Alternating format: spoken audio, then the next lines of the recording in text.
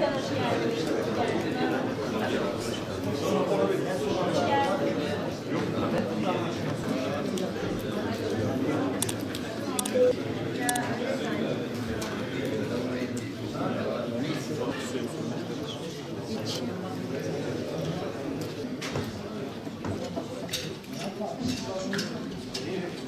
Ben çok meydan dolaştım. Her gittiğimiz meydanda, Avrupa'nın en güzel meydanları. Yeşil alan vardır, mutlaka müze vardır ve mutlaka kilise vardır. Hiç kimsenin niye burada kilise var diye de tartışmaz. Dolayısıyla şehirde bir meydan yapılıyorsa, bir meydan camisi, şık bir meydan camisi olması kadar doğal bir şey olamaz. Şehirde iki müzesi, ortada 200.000 metrekare yeşil alanı ve bir meydan camisi, yarın çocuklarımıza bırakacağımız güzel bir meydanın projesi.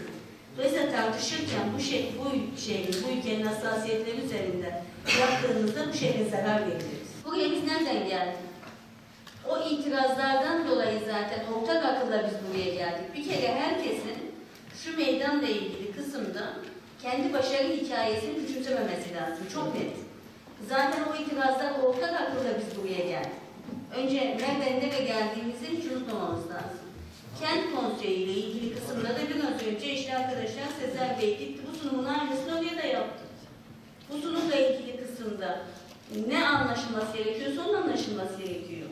Onun bir ilerisinde baktığımızda ki itirazlar şu andaki ihalesinin dışındaki alanlarla ilgili itirazlar. Yani bizim hepsini birbirine karıştırmamamız gerekiyor.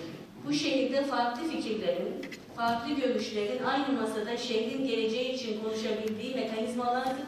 Doğru mekanizmalardır. Demokrasi de bunu gerektirir. Halkın şehri de bunu, olmayı da bunu gerektirir.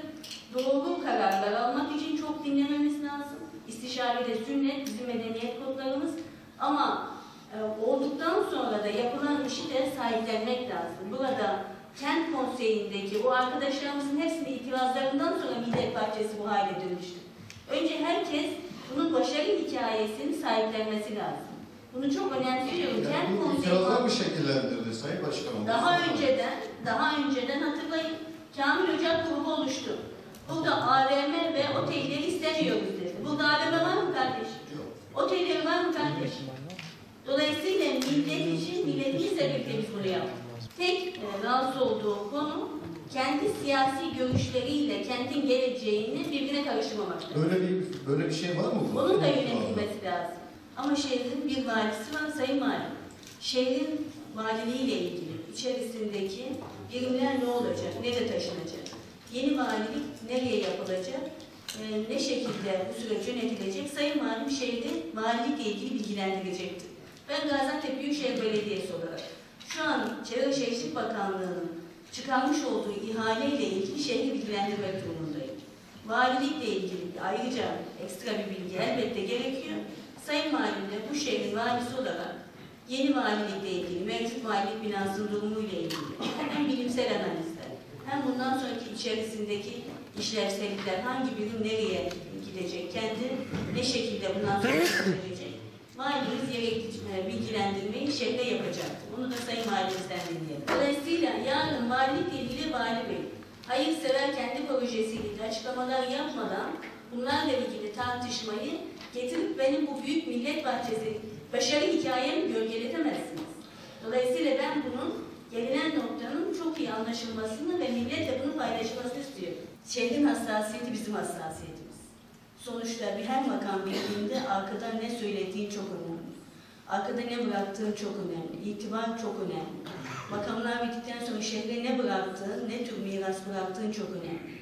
Halka rağmen, hakka rağmen bu makamları taşıyamayız. O yüzden halkın da hakkın rızası için hep kendi vicdanımızı ve kamu vicdanını gözeterek kararlar aldık. Seçilme imkanı verirse yeni dönem ne yapacağız? Şehir meydanı ne olacak? İşte gösterdiğimiz film bu.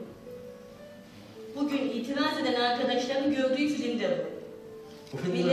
Millet Bahçesi ile ilgili gösterdiğimiz film bu. Herkese gösterdiğimiz. Çünkü seçimden önce başka bir şey söyleyip seçimden sonra başka bir şey söylesek ben ne bu toplantıyı yapabilirim ne de gözünüze bakabilirim. Millete ne söylediysek söz namustur bizde gösterdiğimiz Millet Bahçesi projesi de bu. Bakın aynısı. Ortada bir kastel var çünkü kasteller gibi Ayslan bir İran'da bir Gaziantep'te var ve UNESCO'ya girdirmişiz. Kastelli çocuklara göstermek istiyoruz. Tamamen yeşil doku ve Arasa mantığı. Ben Arasa çocuğuyum. Arasa'da doğdum. Tamamen bu gördüğünüz alanlarla ilgili kısımda da Kutlu'nun, Bakır'ın satılacağı küçük çay kahve içeceği Arasa.